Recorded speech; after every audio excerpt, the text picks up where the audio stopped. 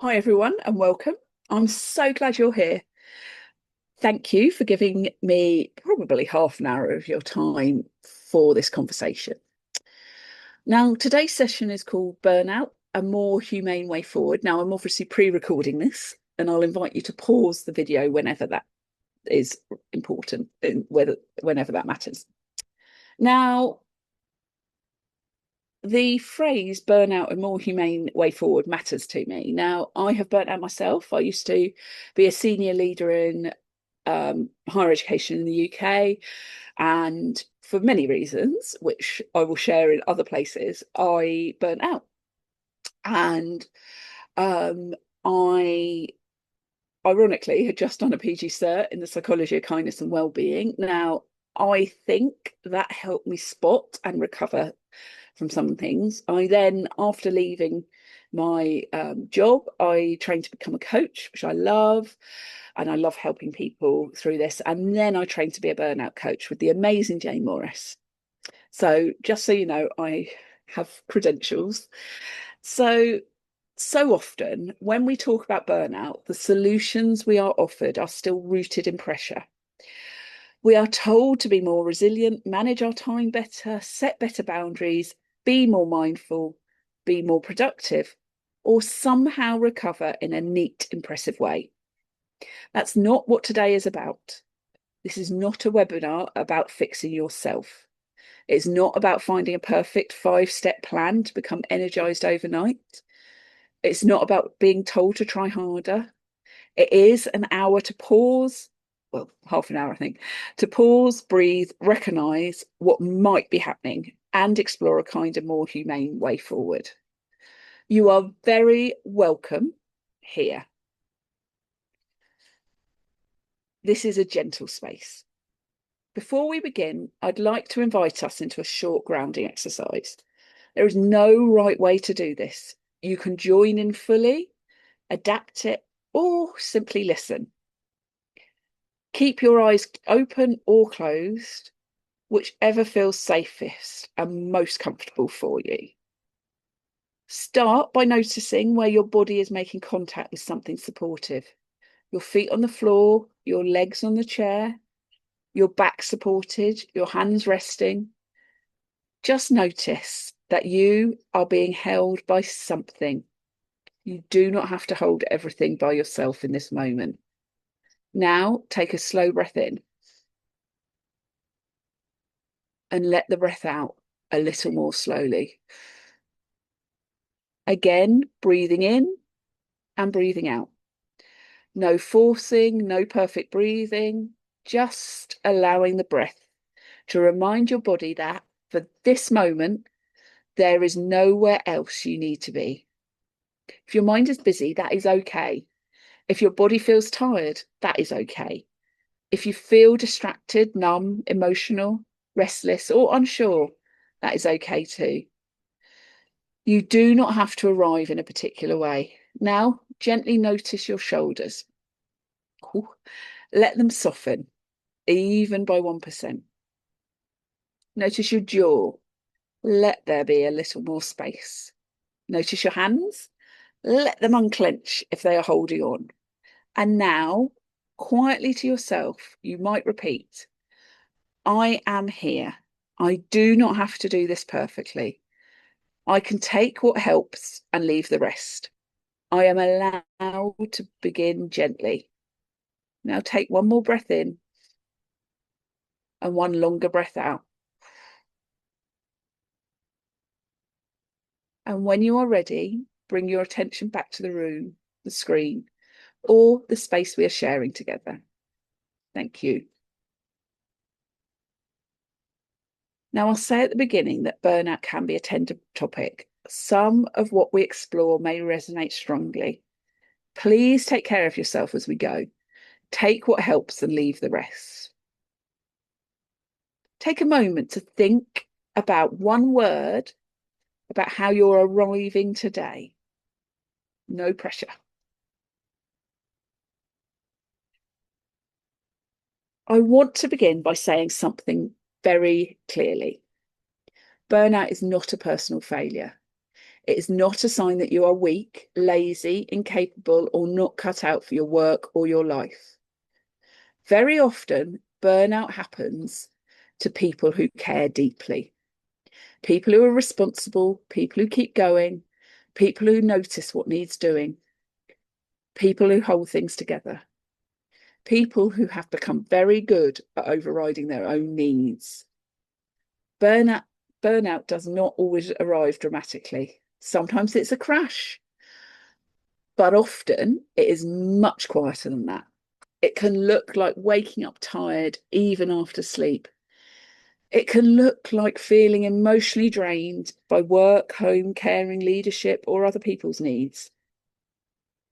It can look like working really hard, but feeling dissatisfied with the results. It can look like struggling to get through everything that needs doing in a day. It can look like feeling that work, worry, or responsibility is consuming your life. Now, it can look like the sentence, I just need to get through this and then I'll rest. And the next thing comes, and the next, and the next.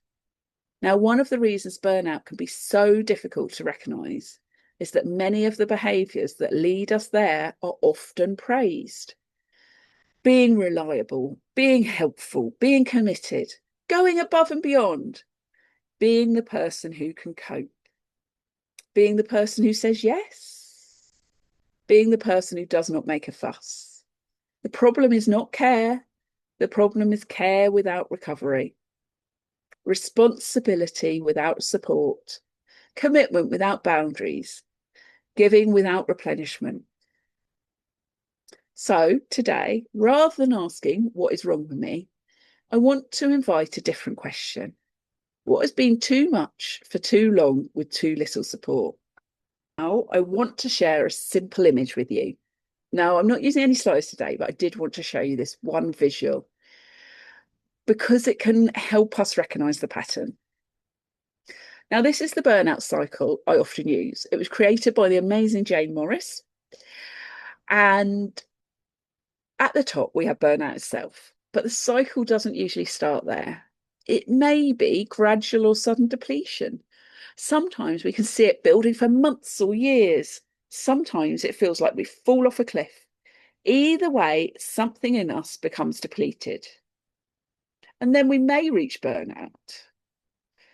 Then we may also have burn on. So that's where we never quite reach burnout, but we're carrying on in a state of sort of almost burnout, or probably are burnout, but we're carrying on. We're not stopping. After that, there is often what I call, well, what Jane calls flatline.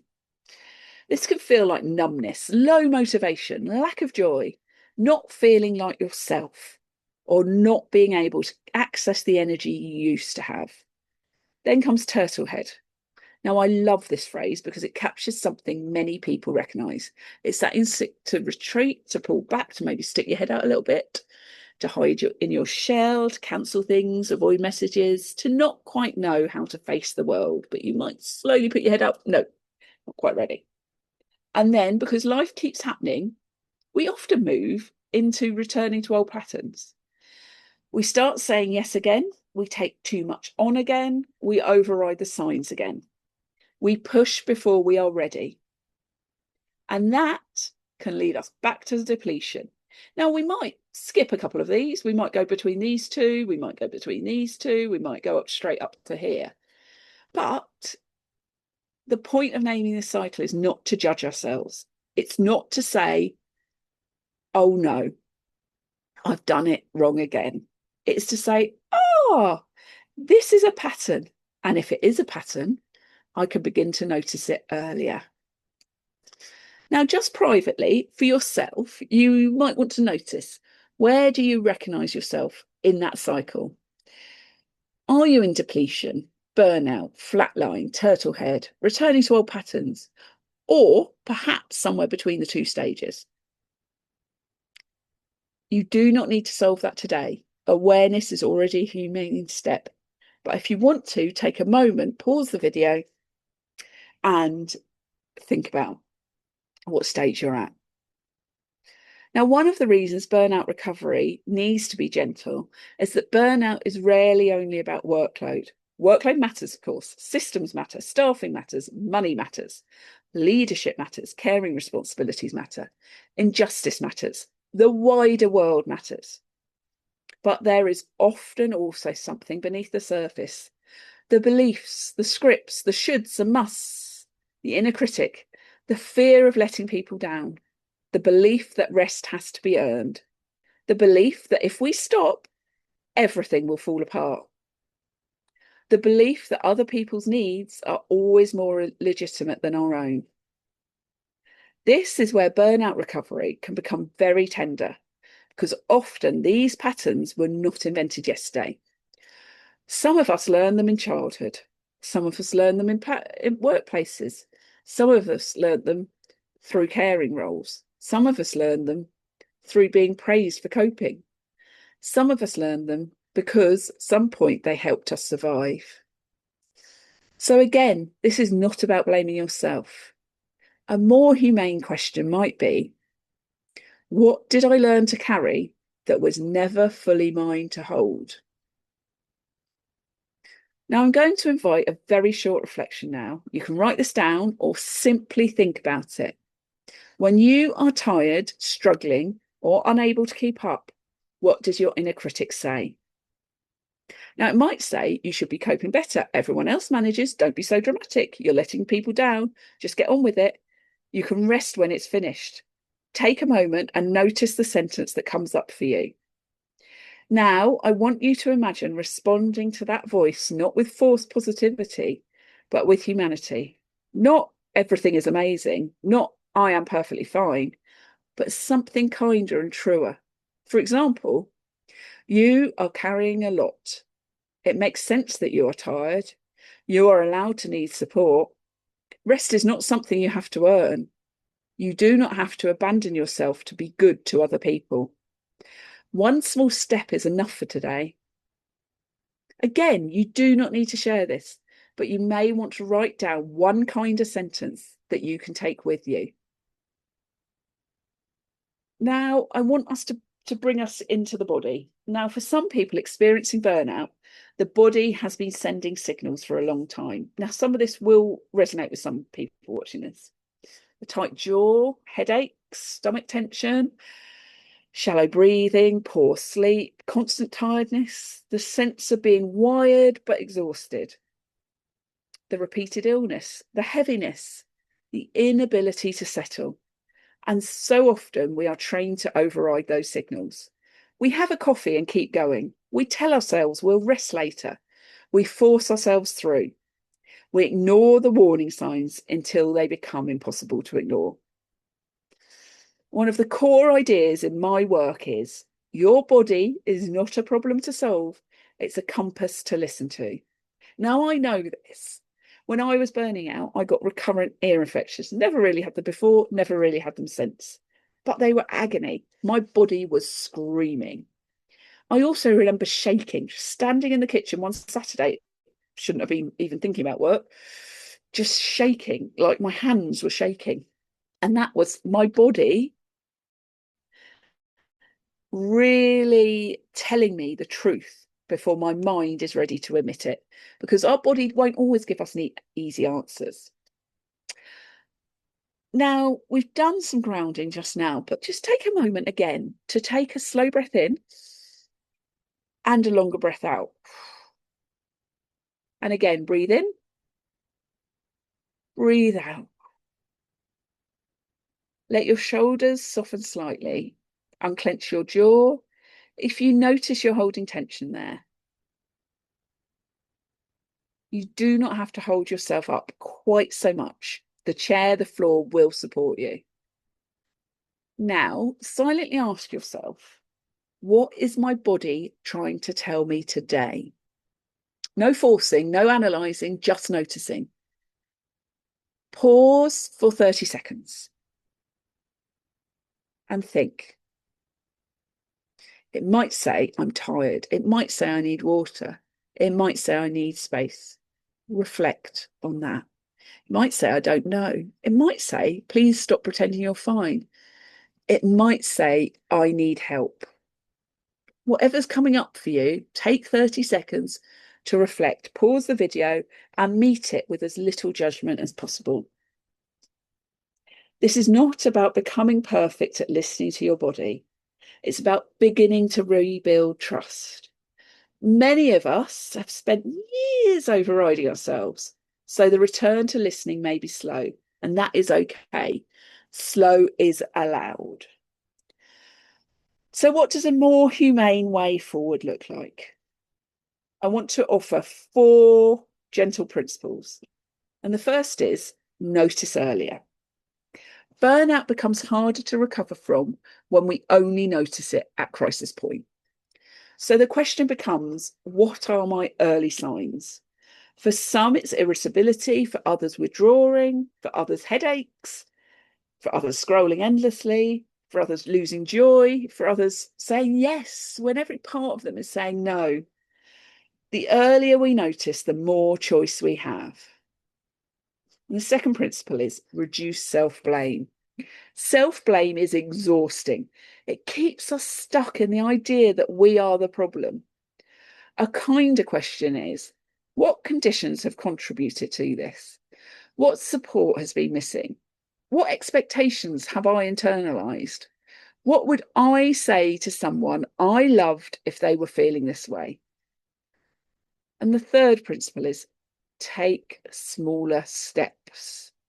After burnout, tiny steps are not pathetic. They are wise. A tiny step might be drinking water before opening your laptop. It might be taking 3 breaths before replying to a difficult message. It might be leaving one thing unfinished. It might be asking for one extension. It might be going to bed 10 minutes earlier. It might be stepping outside for 2 minutes. It might be saying, I need to think about that before I answer. Tiny steps count because burnout recovery is not built through pressure. It's built through repeated signals of safety and care. And the fourth principle is build support. Burnout often convinces us that we have to cope alone, but recovery is much harder in isolation. Now, support might be a person, it might be a program, it might be a therapist, coach, GP, friend, partner, colleague, community, or manager. It might be a routine, it might be a walk, it might be a space where you do not have to perform. Support does not always mean telling everyone everything. It means not having to hold everything entirely alone. So those 4 principles are notice earlier, reduce self-blame, and take smaller steps, and build support. Now, I'd like us to finish the practical part of today with one small, kind goal. This is not a massive life overhaul. It's not a promise to transform everything by Monday. It's not one small, humane step. KIND stands for kind, inclusive, nourishing, dynamic.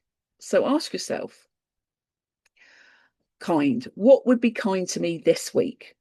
Inclusive, who benefits when I care for myself too? This might include your family, your team, your clients, your future self.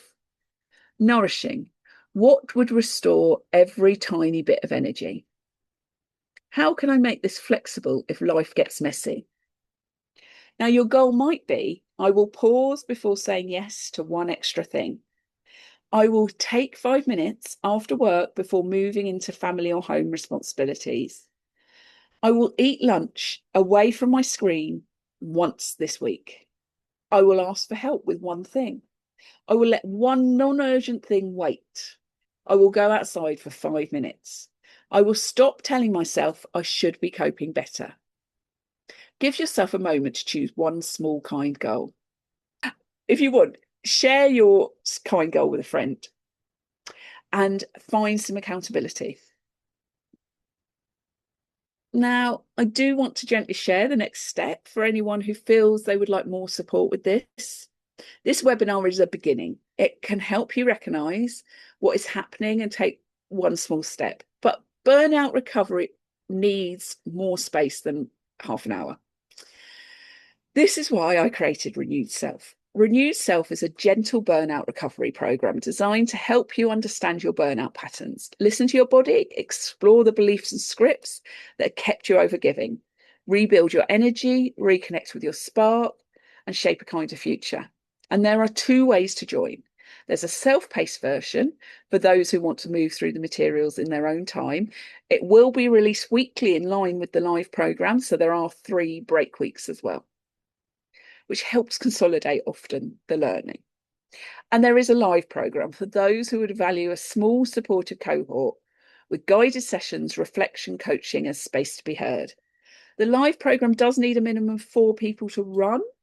I keep the group small intentionally because the space matters. I want to feel safe, spacious, and supportive. Enrollment closes at midnight on the 10th of June, and you can find more about it in the link I've shared accompanying this video. And as a thank you gift, anyone who signs up for either the self-paced or live version by the 4th of June will receive a free Tropic gift, a lovely hand cream. And the first 3 people to sign up for the live program will also receive a free 1-hour coaching session with me. Now, there's no pressure. I simply want you to know the invitation is there if this feels like the right support for you now. We also have our Burnout Recovery Starter Kit, which is £9 until the 10th of June, when it will go up to its normal price of £27. Now, I want to close by coming back to where we began. Burnout is not a personal failure. You are not weak because you are tired. You are not failing because you need support. You do not have to rebuild yourself through pressure. You are allowed to begin gently. And whether or not you join Renewed Self, I hope you leave this hour with one kinder question. What would it look like to stop abandoning myself in order to keep going? Thank you so much for being here, for listening, for reflecting, and for giving us this hour to yourself. Please take care of yourself after this. Drink some water, step outside if you can, and let this video settle. And if you have any questions, you are very welcome to reply to my email and get in touch.